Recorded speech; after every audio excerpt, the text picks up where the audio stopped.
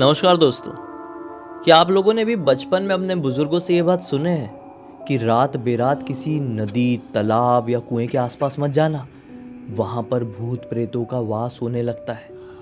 जैसे ही आधी रात का वक्त आता है, वैसे ही ढेर सारी आत्माओं का तालाब, नदी और कुएं के आसपास तांता लग जाता है। हम लोग जब थोड़े बड़े होने लगते हैं तो ये सोचते हैं कि शायद हमारे जो बुजुर्ग होते हैं वो हमको बचपन में इसलिए ऐसा कहते हैं कि रात बेरात नदी तालाब के आसपास जानवर आते होंगे पानी पीने के लिए। जानवर आते हैं वो तो ठीक है, वो बात तो सही है, लेकिन एक्चुअल फैक्ट ये भी है कि आत्माएं, भूत प्रेत भी आते हैं भाई। बुजुर्ग हमेशा गलत नहीं होते, और ये बात साबित होती है हमारी आज की इस कहानी से।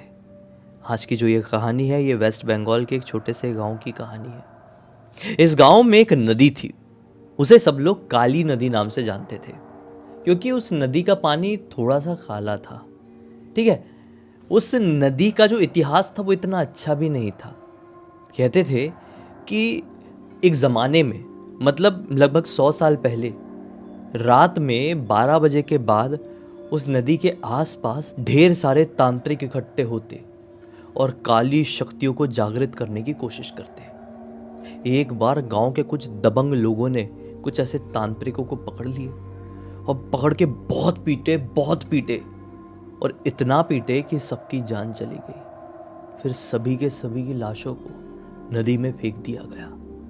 उस रात के बाद से हर रात को उस नदी से 12 बजे के बाद से अजीब व गरीब तरह की आवाज़ें आना शुरू हो गई। वो आवाज़ें इंसान की होती, जानवरों की होती या भूत प्रेतों की होती, ये कभी कोई समझ नहीं पाया। लेकिन इतना लोगों को 100% पता कि वो तांत्रिकों के मरने के बाद से ही वो आवाज़ें वहाँ से आना शुरू हुई है। इसलिए काली नदी से लोगों ने दूरी बना ली थी, क्योंकि बहुत सारे लोग ये भी कहने लगे थे कि वो नदी पहले नॉर्मल नदी थी। वहाँ पर ऐसे लोग मरे तो वो नदी को उनकी आत्माओं ने श्रापित कर दिया, और इस वजह से उस नदी का पानी काला हो गया। वो नदी शुद्ध नहीं रही, अशुद्ध हो गई है। उससे जितना हो सके दूर रहो। 100 साल पहले वहाँ पर ऐसा कांड हुआ था, इसलिए आज के टाइम में उस नदी के आसपास भी कोई भी जाने से पहले 10 बार ज़रूर सोचता था।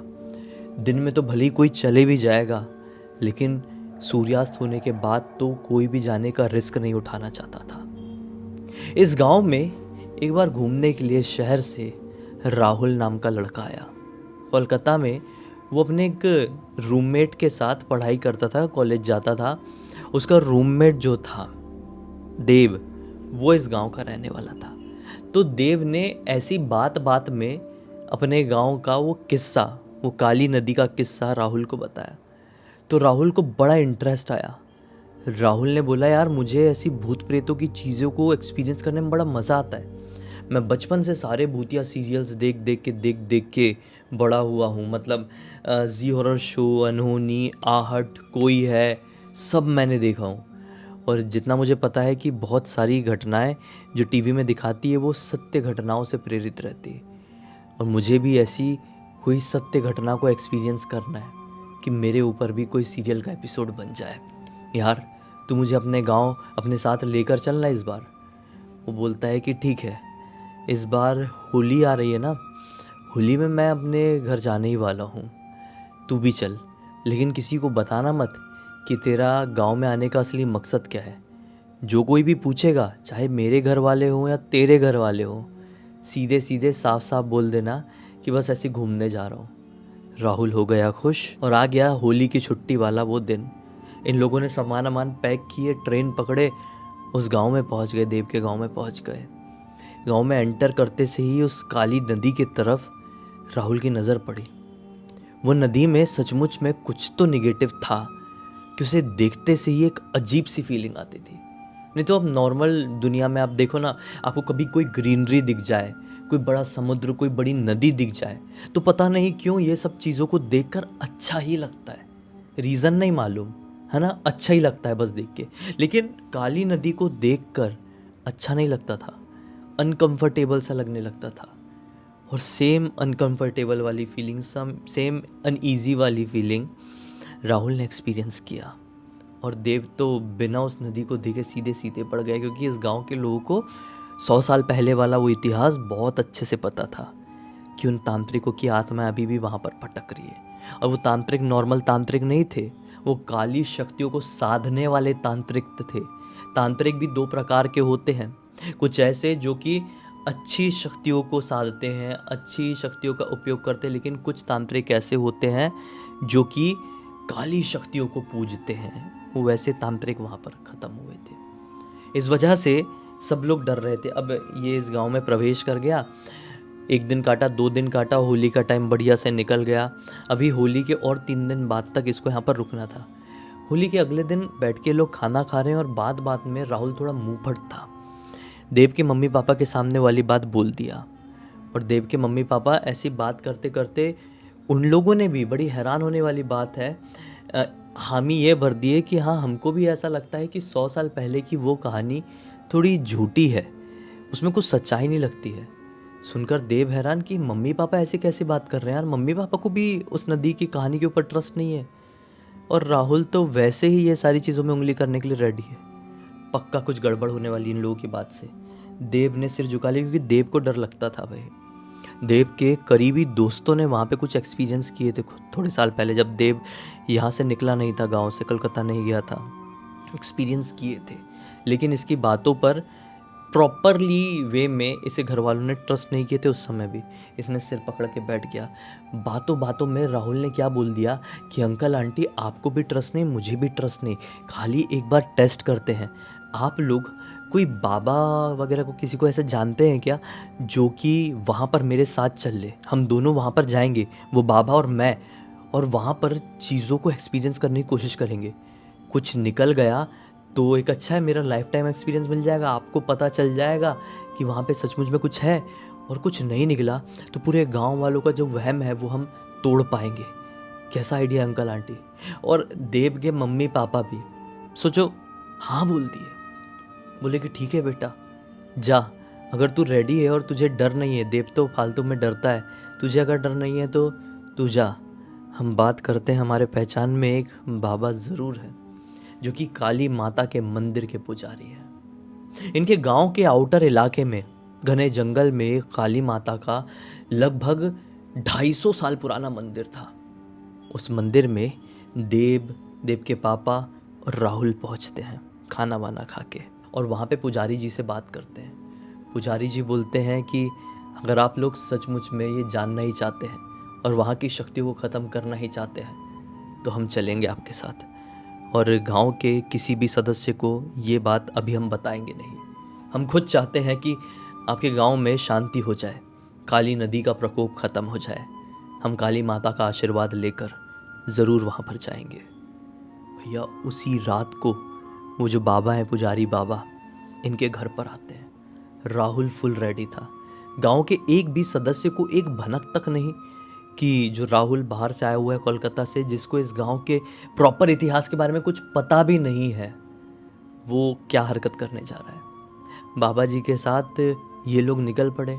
रास्ते में ये लोग, मतलब इन द सेंस सिर्फ राहुल और बाबा जी, रास्ते में बाबा जी ने राहुल को काली माता के चरणों का जल दे दिए हैं। वो गंगा जल था जिससे काली माता की मूर्ति को स्नान कराया जाता था, और वो जो जल होता था उसको इकट्ठा किया जाता था एक पात्र में, और पूरे गांव में शुद्धिकरण की जाती थी उस जल से कि काली नदी का प्रकोप कहीं फैले ना। तो वो वाला जो जल था वो बाबा जी ने बचा कर रखे हुए थे, और वो राहुल को पकड़ाए थे और बोले थे कि कभी ऐसा मौका पड़ जाए, हम उस नदी की तरफ जा रहे हैं, इस जल का उपयोग करना, अगर कुछ दिखाई देगा तो। राहुल ने बोला था चलो ठीक है। कुछ मंत्रों का उच्चारण करवाए थे राहुल के साथ, और थोड़ी देर बाद घनी अंधेरी रात में ये दोनों उस नदी के पास पहुंच गए। उस नदी के ऊपर एक छोटा सा ओवरफ्लो ब्रिज बना हुआ था, मतलब नदी के एक किनारे से दूसरे किनारे जाने के लिए ओवरफुट ब्रिज था। उस ब्रिज के ऊपर ये लोग चढ़ गए भाई, उस पुल के ऊपर। उस पुल के बीच में पहुंचे होंगे। इनको ना ऐसा फील हुआ है कि पूरा पुल हिल रहा है, जैसे कि भूकंप आने लगा, और एक साथ चमगादड़ चिल्लाते चिल्लाते चिल्लाते इनके पूरे सर को घेर लिए। और भाई चमगादड़ घेरे हैं, और चमगादड़ों का भी इतिहास इतना अच्छा नहीं रहा है। चमगादड़ ने तो पूरी दुनिया को हिला कर रख दिए थे 2020 के टाइम में। आपको पता है सब लोगों को डर लगता है चमगादड़ से। तो चमगादड़ चीख चीख के इतने सारे इकट्ठे हो गए कि बाबा के तो गूज़बम्स खड़े। बाबा बोल रहे हैं एक चमगादड़ मैंने ये गांव में नहीं देखा था, यहाँ पर इतने कैसे इकट्ठे हो गए। बेटा भाग, दूसरे किनारे तरफ भागते हैं। तो बाबा और ये राहुल दोनों तेज़ी से दूसरे किनारे तरफ भाग रहे हैं बचते बचाते। चमगादड़ कुछ कुछ इनके ऊपर हमला करने की भी कोशिश कर रहे हैं। और जैसे ही ये लोग फुटओवर ब्रिज को क्रॉस करके दूसरे किनारे पहुंचे हैं, चमगादड़ गायब, पूरे गायब। इतनी तेज़ी से उड़ उड़ के अंधेरा तो था, ऊपर आसमान में मिक्स हो गए, गायब हो गए कि पता ही नहीं चला। चमगादड़ गए हैं, शांति हुई है कि जो पानी था नदी का उसमें कुछ तो भी बुलबुलाहट हुई, बुलबुले छूटे। इनका दिमाग खराब, बोले बुलबुले कैसे छूट रहे हैं। राहुल के पास एक टॉर्च था। राहुल ने जहाँ से बुलबुले छूट रहे थे नदी में वहाँ पे टॉर्च मारा। क्या देखता है, देखो मेरे रोंगटे खड़े हो रहे हैं बताते बताते, क्योंकि मैं इमेजिन करता हूँ। क्या देखता है कि वहाँ से एक मुंडी, खाली इतना वाला हिस्सा धीरे धीरे करके ऊपर निकल रहा है। पूरा कटा फटा है, भयंकर डरावना, आंखें बिना पलकों की, इतनी बड़ी बड़ी लाल चटकदार चमक और लंबे बाल उसके। लिटरली जैसा स्त्री टू फिल्म में दिखाया था ना वाला भूत, सेम वैसे ही दिख रहा है।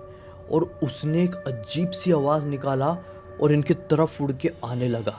सिर्फ मुंडी है। पंडित जी ने चिल्लाकर बोले बेटा जल का उपयोग करना। राहुल ने जल खोल ही लिया था कांपते हुए। राहुल तो क्या कर रहा है अभी, क्या नहीं, उसके साथ क्या हो रहा है उसको समझ में नहीं आ रहा है। उसको तो एक सपने जैसा लग रहा है, बाबा जो बोल रहे हैं वो ये कर रहा है। उसने जल खोला, दोनों ने मिलकर जैसे ही उसके ऊपर जल डाले हैं, उसको कुछ हुआ ही नहीं। वो खाली जो उड़ के तेज़ी से आ रहा था ना, उसकी रफ्तार कम हुई। उसने वो जो चिल्लाने की आवाज़ निकाल रहा था वो आवाज़ बंद कर दिया, लेकिन वो आगे तो बढ़ ही रहा है कम रफ्तार के साथ। पंडित जी बोले कि ऐसा असर नहीं करेगा इसके ऊपर, हमको अब यहाँ से निकलना पड़ेगा। ये कुछ भारी शक्तियाँ हैं, यहाँ से निकल जाते हैं। ये लोग दौड़ते दौड़ते दौड़ते ब्रिज के ऊपर वापस चढ़े और अपने किनारे तरफ जाने लगे। अपने किनारे में पहुँचने से पहले ही ब्रिज के समझ लो मिडिल सेक्शन में ही इनको एक औरत दिखाई देती है। उस औरत ने सफ़ेद रंग की साड़ी पहनी थी, भयंकर चौड़ी, हाइट नॉर्मल रही होगी लेकिन एकदम मोटी ताजी, और एक लाठी पकड़ी हुई है। अजीब सी आड़ी टेढ़ी टाइप की लाठी थी भाई, किसी पेड़ की जड़ के जैसी दिख रही थी, पुराने पेड़, बड़े पेड़ के जड़ के जैसी। वो लाठी पकड़ के इनके तरफ आना शुरू करी। इन लोगों ने पीछे पलट कर देखे, वो मुंडी भी आ रही है, सामने से वो औरत आ रही है। कि बाबा जी को इतने में अचानक से कोई झटका महसूस हुआ और बाबा जी गिरे हैं सीधे फुटओवर ब्रिज से नदी में। और वो मुंडी भी इसके तरफ आई। इसने सोचा कि ऐसे मरूंगा, इससे बेहतर है मैं भी नदी में कूद जाता हूँ। वो भी नदी में कूद गया। तैरना इसको आता था लेकिन डर इतना हो गया था, ऐसी ऐसी फीलिंग अंदर आ गई थी ना कि ये उस सिचुएशन से फाइट नहीं कर पाया और नदी में गिरते से ही कुछ ही सेकंड में वो बेहोश हो गया। बाबा जी के साथ क्या हो गया इसको नहीं मालूम, बाबा जी को नहीं मालूम इसके साथ क्या हुआ। अब जब वापस से आँख खुली है, ये अपने आप को पाता है एक दूसरे गांव में, दूसरे लोगों के साथ। गांव में एक पेड़ था, उसके चबूतरे में इसको लिटा कर रखे थे, उसके हाथ वाथ मल रहे थे, इसको उठाने की कोशिश कर रहे थे। ये भैया उठा, इसको कंबल अम्बल उड़ाए, फिर इससे पूरी बात की, इसने पूरी बात बताया। गांव वाले लोग इसको वहाँ पर लेकर आए हैं, और दूसरे गांव के लोग इस गांव में लेकर आए हैं।